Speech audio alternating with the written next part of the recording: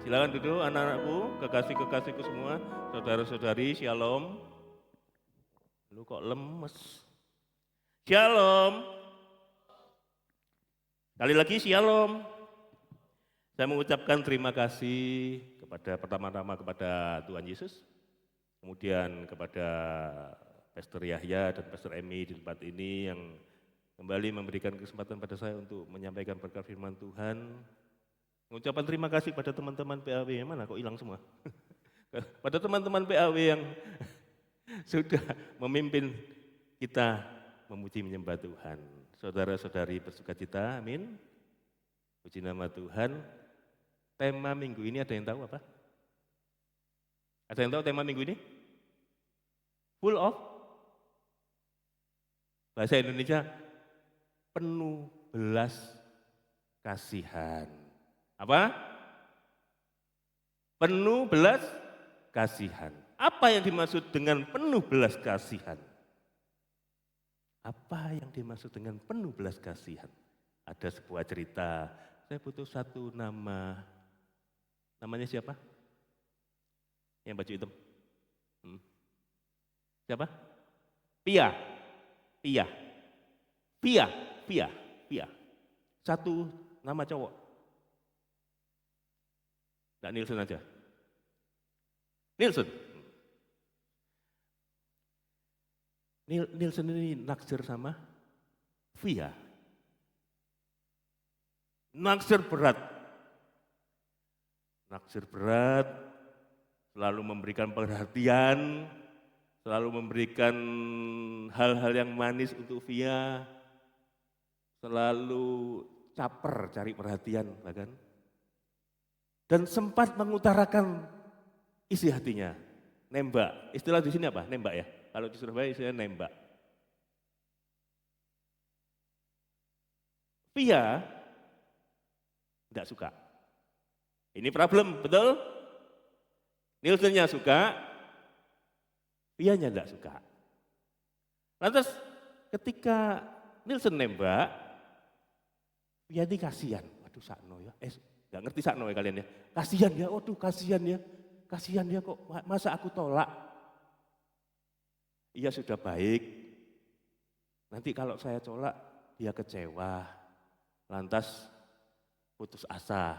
Lantas karena kasihan, Via menerima cinta Nilsen. Padahal Via tidak suka. Nilsen pada saat nembak, pertama Via bilang, aku tidak usah ya, kita temanan aja. Itu cara nolak yang halus kan. Lantas Nilsen bernyanyi, aku bisa membuatmu jatuh cinta kepadaku, mesti cinta kepadaku. Beri sedikit waktu, biar cinta datang karena. Nah, Via mau jawab, aku enggak bisa Yura gitu. Pingin menjawab seperti itu karena aku enggak suka. Via seperti itu. Tapi karena kasihan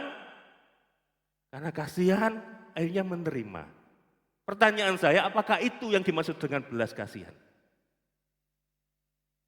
Apakah itu yang dimaksud dengan memiliki karakter Kristus belas kasihan?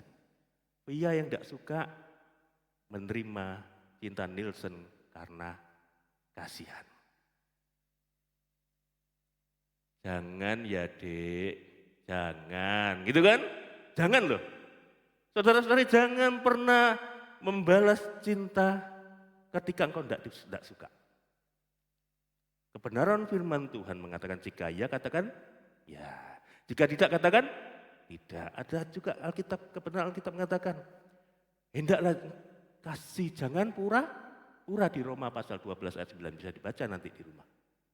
Itu kebenaran firman Tuhan. Ketika engkau menerima karena kasihan, sampai kapan engkau bisa kasihan sama Nilsen? Itu pertanyaan besar. Sampai kapan engkau bisa berpura-pura menerima cinta Nilsen? Padahal engkau tidak suka. Sampai kapan? Suatu saat kau bisa tidak kasihan lagi. Dan ini bahkan membuat Nielsen sangat kasihan. Sampai kapan kau bisa kasihan sama Nielsen? Suatu saat Nielsen bisa mengecewakanmu sehingga kau tidak kasihan lagi. Saudara-saudari, belas kasihan bukan seperti itu. Belas kasihan adalah sebuah perasaan, emosi dari kita melihat orang di sekitar kita, siapapun itu yang mengalami penderitaan, mengalami sesuatu hal, dan bukan hanya kita merasa kasihan dan emosi sesaat, tetapi kita melakukan sesuatu untuk meringankan penderitaannya. Kita melakukan sesuatu untuk menolong dia. Kita melakukan sesuatu untuk mengampuni dia ketika dia bersalah. Kita mempunyai tindakan untuk menolong orang tersebut. Itu yang dimaksud dengan belas kasihan. Bukan hanya kasihan, apalagi kasihan seperti Via kepada Nielsen tadi. Belas kasihan adalah sebuah tindakan. Pertanyaannya, mengapa kita harus penuh dengan belas kasihan? Karena Yesus itu pribadi yang penuh dengan belas kasihan. Matius pasal 14 ayat 14. Matius pasal 14 ayat 14. Sudah ketemu? Ketika Yesus mendarat, ia melihat orang banyak yang besar jumlahnya, tergeraklah hatinya oleh belas kasihan. Tergeraklah hati Yesus oleh belas kasihan kepada mereka dan ia menyembuhkan mereka yang sakit. Mengapa kita harus penuh dengan belas kasihan? Karena kita anak-anak Tuhan Yesus. Kita pengikut-pengikut Tuhan Yesus. Ketika kita adalah anak-anak Tuhan Yesus dan Bapa kita adalah pribadi yang penuh dengan belas kasihan, sepatutnya kita juga penuh dengan belas kasihan. Ketika kita yang mengaku murid-murid Tuhan Yesus, sedangkan Yesus adalah pribadi yang penuh dengan belas kasihan, kita murid-muridnya juga harus penuh dengan belas kasihan. Amin, saudara-saudari. Mau menjadi pribadi yang penuh belas kasihan?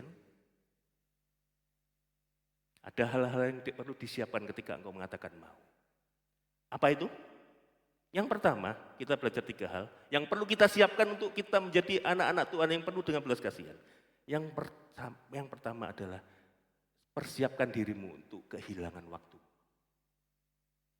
Persiapkan dirimu untuk kehilangan waktumu. Contohnya sebelahnya Via siapa? Namanya Eko. Siapa? Sandi. Mona. Lah ketika Via tadi berterus terang, karena ya katakan ya, tidak katakan tidak, hendaklah kasih itu jangan pura-pura dan mengatakan, maaf Nielsen, aku tidak bisa menerima cintamu. Betul? Itu termasuk belas kasihan loh. Belas kasihan menolong Nielsen untuk memperoleh kebenaran yang ada. Dan Nielsen akhirnya mendaratkan cintanya kepada yang lain. Yaitu Mona. Wah, ini ceritanya lagi mau dating pertama, dating kemudian kisah nyata ya? Kisah nyata beneran? Sudah kembali? Nielsen, saya nanti setelah khotbah minta maaf sama kamu ya. Dating untuk pertama kalinya. Dating. Sabtu ya, setelah ibadah.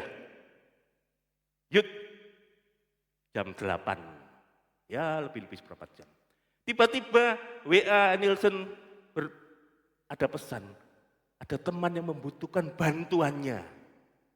Nielsen harus datang ke rumah temannya itu. Membutuhkan bantuan yang sangat-sangat memerlukan Nielsen untuk ke sana. Pertanyaannya, siapkah Nielsen kehilangan waktu datingnya sama Mona demi untuk menolong temannya? Nah, ini pertanyaan besar. Ketika engkau tidak siap kehilangan waktumu, engkau bisa jadi tidak bisa berbelas kasihan. Ketika Nielsen tidak siap kehilangan waktunya, mungkin Nielsen berdoa sama Tuhan. Tuhan, temanku ini membutuhkan bantuanku. Ini aku Tuhan, utuslah Pastor Yahya. Ini aku Tuhan, utuslah Pastor Yaya ke sana. Itu namanya Nielsen belum siap kehilangan waktunya untuk berbelas kasihan. Yang kedua, ketika yang pertama, siapkah engkau kehilangan waktumu? Yang kedua adalah siapkah engkau kehilangan pelitmu? Ada yang pelit di sini? Ngerti pelit ya? Ngerti pelit, ngerti ya? Siapkah engkau kehilangan pelitmu? Ada yang pelit di sini? Hah? Ada yang pelit? Hadir di sini yang pelit? Pakai baju apa? Biru? Biru, saya lihat biru. Oh, kamu biru yang hitam ini ya? Biru mana biru?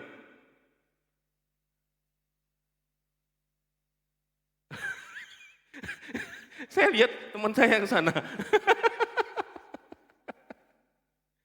Ada yang pelit di tempat ini? Ketika kau memiliki hati yang penuh belas kasihan, engkau harus siap-siap kehilangan pelitmu. Kenapa? Berbelas kasih bisa membuat engkau mengorbankan sesuatu yang kau miliki. Bisa uang, bisa benda, atau apapun itu yang kau miliki.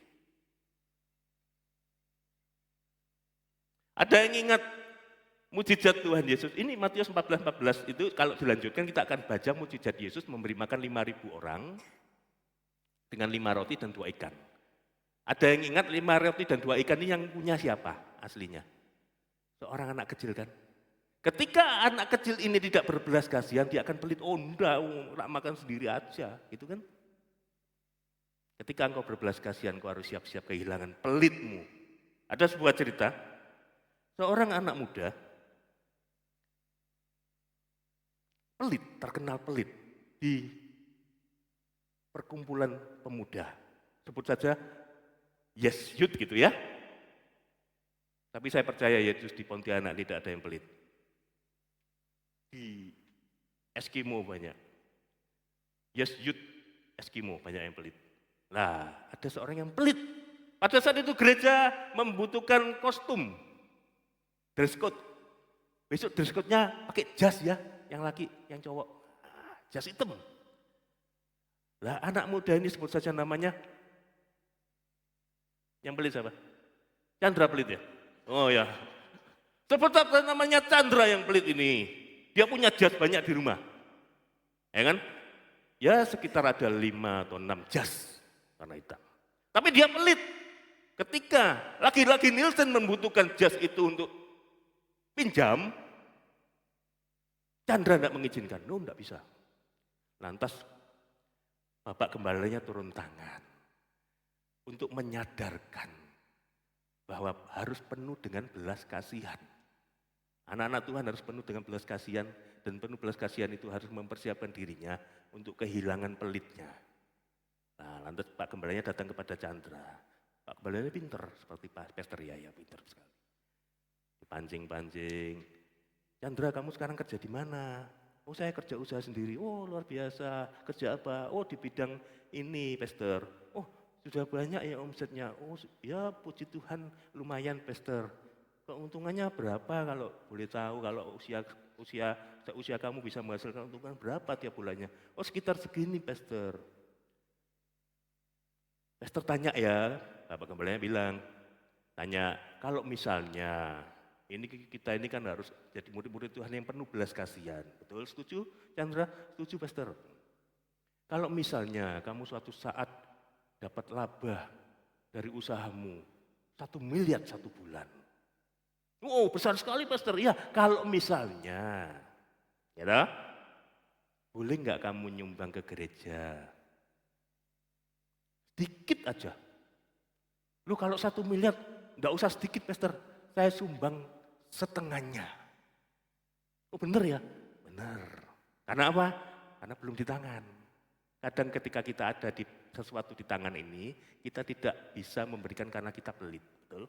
Ketika tidak ada di tangan, cuma angan-angan, cuma semisalnya, oh bisa gampang ngomong. 1 miliar, Pastor. Oh saya beri setengahnya, Pastor. Oh puji Tuhan, kok anak Tuhan yang penuh belas kasihan. Terus misalnya lagi, kamu sekarang punya motor berapa? Saya punya motor cuma 1, Pastor. Kalau misalnya Tuhan berkati kamu motor 5 biji, kemudian ada teman-temanmu yang membutuhkan motor, minjem motormu. 3 biji, 3 motor. Boleh nggak kamu berbelas kasihan meminjami temanmu 3 motor? Oh, saya punya 5 kalau misalnya Master. Iya. Oh, nggak usah pinjam Master, saya berikan yang 3. Karena apa? Motornya belum di tangan. Cuma seandainya. Lantas Masternya bilang gini, kalau misalnya nih ya, kamu kan sudah termasuk dari 3 perumpamaan tadi, kamu termasuk anak yang berbelas kasihan. Kalau misalnya ada temanmu yang butuh jas, pinjem jas warna hitam. Sementara kamu punya 5 atau 6 jas, boleh gak pinjem? Candranya meloncat. Meloncat karena apa? Tahu bahwa pesternya menjebak dia. Karena jasnya sudah di tangan. Ketika jas sudah di tangan, apakah Chandra siap kehilangan pelitnya? Ketika 1 miliar tidak di tangan, cuma bisa ngomong, yo separuh saya kasihkan. Ketika motor 5 tidak di tangan, ketika ditantang untuk meminjamkan atau bahkan Chandra bilang, tak berikan, aku berikan 3. Karena tidak di tangan, cuma ngomong toh. Ketika jas itu sudah ada di lemari, sudah ada di tangan, pertanyaannya, apakah semudah itu mengatakan, tak berikan, aku berikan. Ketika engkau mau berbelas kasihan, engkau harus siap kehilangan pelitmu. Yang terakhir, ketika engkau siap menjadi anak-anak Tuhan yang penuh belas kasihan adalah, siapkah engkau tenggelam dalam sebuah emosi? Siapkah engkau tenggelam dalam sebuah emosi ketika saudaramu atau teman-temanmu mengalami sesuatu penderitaan dan engkau penuh belas kasihan menolong dia? Mendengarkan apa masalahnya, mendengarkan keluh kesahnya, apakah engkau siap mempersiapkan emosimu? Saya tambahi ayatnya, Yohanes pasal 11 ayat 33 kita mulai ya. Yohanes pasal 11. Yohanes pasal 11. Maaf, Yohanes pasal 11. Yesus bahkan mau loh tenggelam dalam emosinya ketika ia berbelas kasihan. Yohanes pasal 11, ini ayat terakhir ya, saudara-saudari. Yohanes pasal 11 ayat 33. Sudah ketemu? Ketika Yesus melihat Maria menangis, dan begitu juga dengan orang-orang Yahudi yang datang bersama dia, maskulah hati Yesus. Di manakah kamu baringkan dia? 34. Jawab mereka, Tuhan, marilah dan lihatlah. 35. Kita bisa baca bersama-sama. Lalu Tuhan Yesus menangislah Tuhan Yesus. Yesus mempersiapkan dirinya untuk tenggelam dalam emosi yang dialami oleh Maria dan Marta ketika Lazarus meninggal dunia. Yesus berbelas kasihan. Pertanyaannya, apakah engkau siap anak-anak muda mendengarkan keluh kesah saudara-saudaramu, keluh kesah teman-temanmu? Ataukah engkau hanya ingin mendengarkan hal-hal yang enak-enak saja? Ketika temanmu senang, engkau bisa di sana. Tetapi ketika temanmu sedih, temanmu membutuhkanmu, engkau tidak hadir di sana. Saya undang tim Bawi masuk ke depan. Saudara-saudari, malam hari ini kita sudah belajar bagaimana kita menjadi anak-anak Tuhan yang penuh belas kasihan. Bagaimana kita harus mempersiapkan diri kita. Mempersiapkan kita kehilangan waktu kita. Mempersiapkan kita kehilangan apa yang kita miliki. Dan bila kita menjadi anak-anak Tuhan yang tidak pelit. Dan mempersiapkan kita tenggelam dalam emosi yang dirasakan oleh teman-teman kita. Kita datang pada Tuhan, kita tunduk kepala.